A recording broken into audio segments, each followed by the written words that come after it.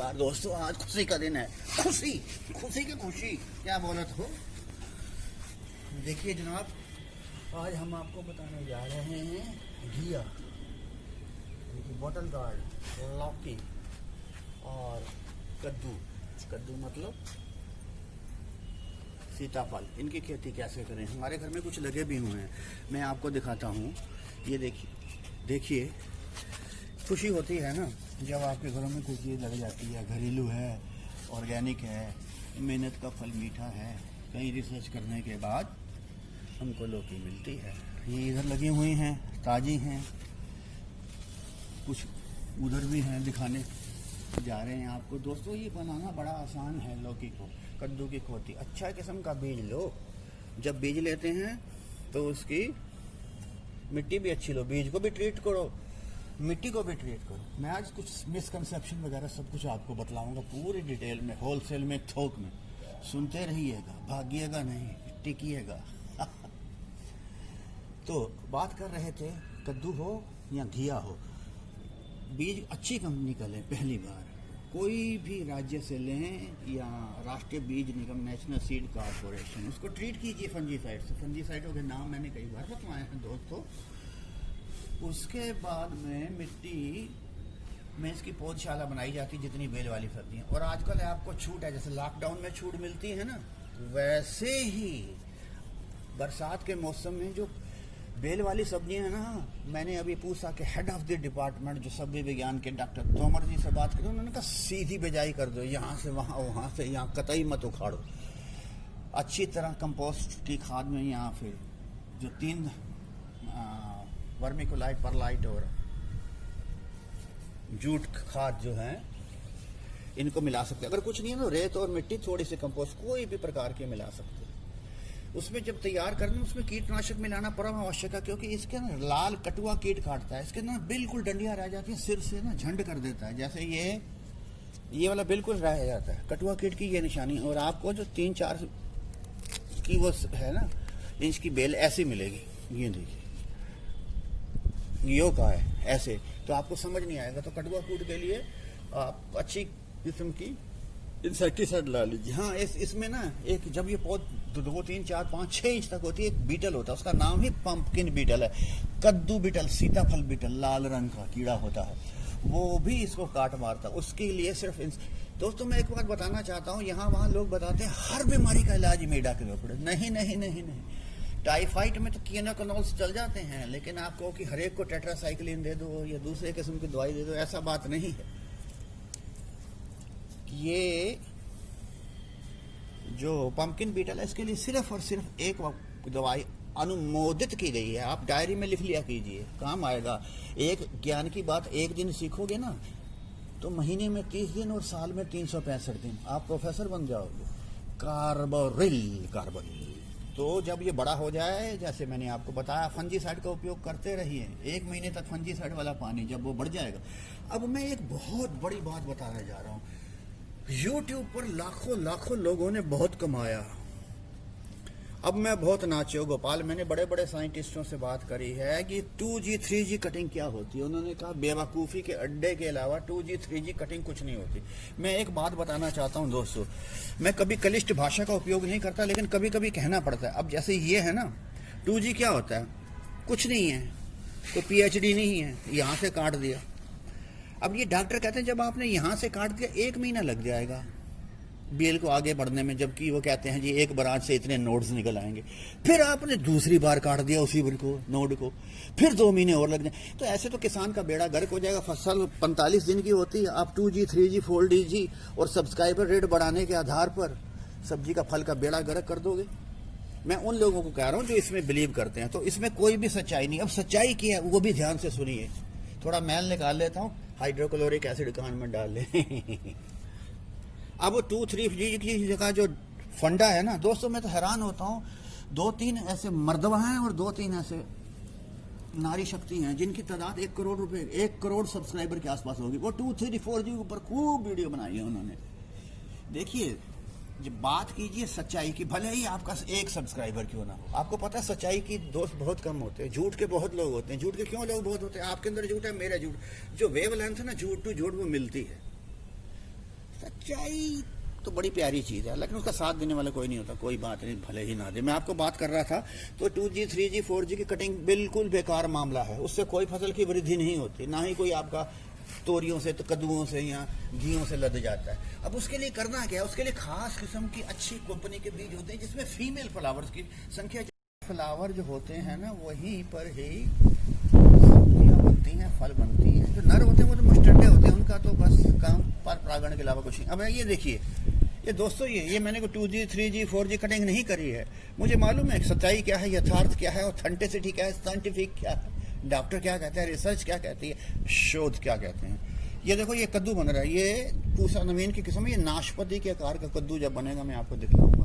3-4 और थे इधर उधर छुप गए हैं, मैं अपने उससे भटक ना जाऊं। तो मैं बात कर रहा था अच्छी कंपनी का बीज लेंगे, उसमें फीमेल तादाद ज़्यादा होगी। दूसरी बात, बरसात के मौसम में फीमेल की तादाद ज़्यादा आती है। तीसरी बात, नर होते ही 90% है, वो फूल तो गिरेगा ही गिरेगा।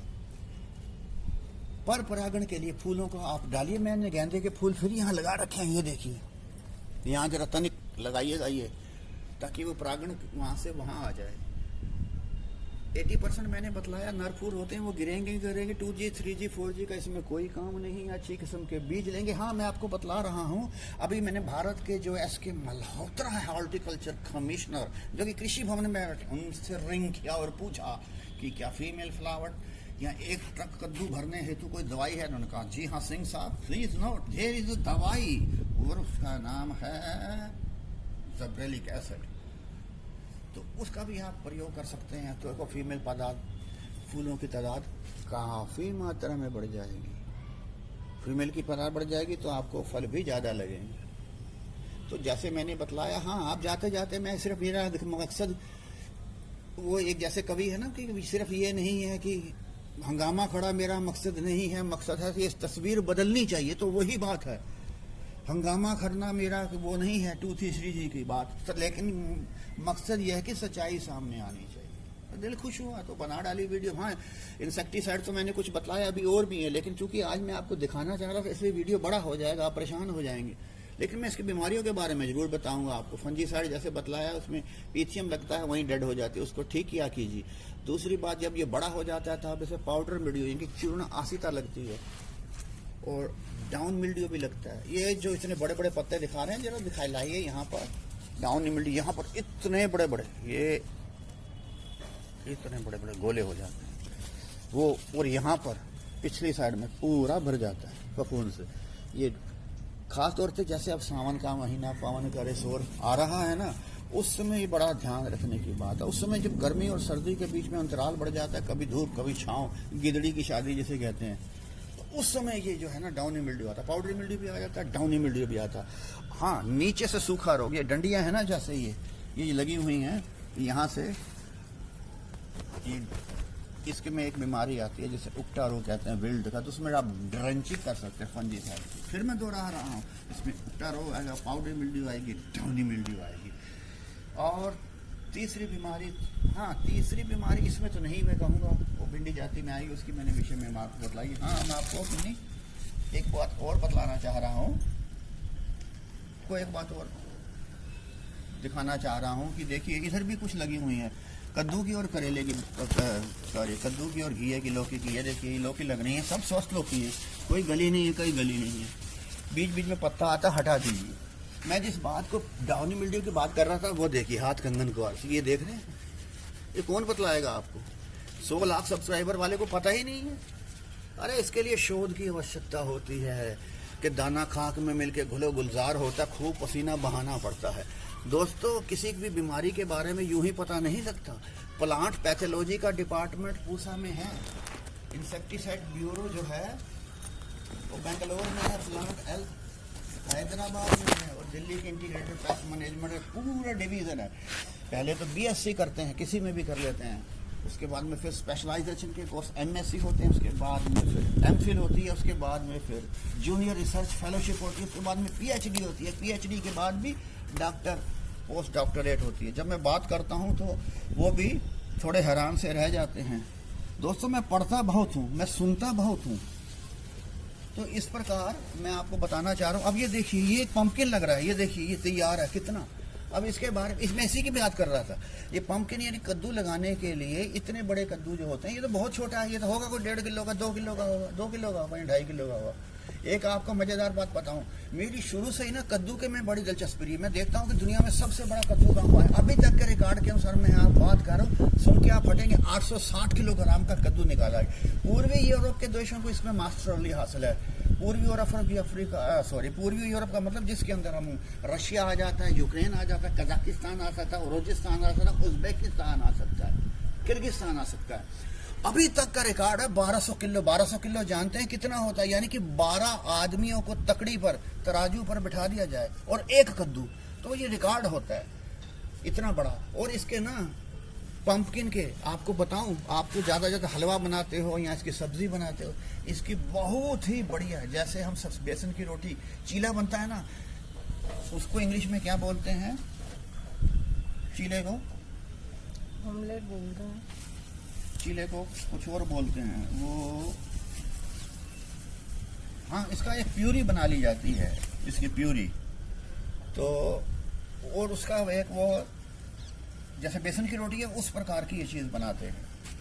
मेरे दिमाग से निकल गया है क्योंकि मैं बहुत ज़्यादा सोचता हूँ, ज़रूरत से ज़्यादा दिमाग को परेशान करता हूँ, इसलिए भूल भी जाता हूँ कभी ना कभी। तो इस प्रकार से देखिए, ये देखिए आप, मैंने आपको कद्दू की घिये की बात बता दी। ये आपको ये देखिए घिया लगा हुआ है, अच्छा घिया है, ठीक है। पहले भी घिया दिखाए थे, ये मैं दूसरी साइड में आ गया हूँ अपनी नर्सरी में। एक इनको ये भी घिया दिखाइए, ये लटक रहा है। ये दोस्तों मैं एक बात बतलाऊँ आपको, ये जो घिया की एक तरफ से सफ़ेदी होती है ना, ये जरा यहाँ कैमरा लगाइएगा, ये हरियाली होती है, और एक इसमें उल्टा साइड में जो लगी होती है ये सफ़ेदी, हाँ ये वाली, ये देखिए ये वाली सफ़ेदी। इसमें और हरे घिये में क्या फर्क है? ये जब जमीन के पास पड़ जाता है तो ये जब सूरज की प्रकाश संश्लेषण सीधी डायरेक्ट शुआएं या किरणें इस पर नहीं पड़ती तो इस रंग हो जाता है, ये खराबी नहीं होती। घिया तो मैंने 8 फुट का भी देखा, यानी कि दरवाजे का, आदमी के कदम का। जब मैंने पूसा में किसान मेले में गया था तो वहां भेज रहा था, आदमी से बड़ा घिया था उसके हाथ में, उसके बीज दे रहा था। मैंने उगाया लेकिन उग नहीं पाया क्योंकि वो 2-4 ही थे। तो दोस्तों मैंने आपको अपना कुछ ये दिखलाया कि किस प्रकार से आप इसकी खेती कर सकते, अभी भी खेती कर सकते हैं। याद रखिएगा, 2G 3G 4G के चक्कर में अपनी बेलों को मत बिगाड़िएगा। और दूसरी बात, जो पौध बनाने उसको ट्रांसप्लांट मत कीजिएगा, सीधी बिजाई का ये समय उपयुक्त है। अब जैसे मई जून जुलाई आप दीपावली तक भरपूर मात्रा में खेती कर पाएंगे, भरपूर मात्रा में बेल वाले सब्जी की उपज ले पाएंगे। दोस्तों उम्मीद है, आशा से परिपूर्ण इस छोटे से कथानक आपको अवश्य पसंद आएंगे। आपके द्वारा दिए गए प्रेम का कोई अल्टरनेट नहीं है। चलते हैं, नमस्कार और बहुत धन्यवाद।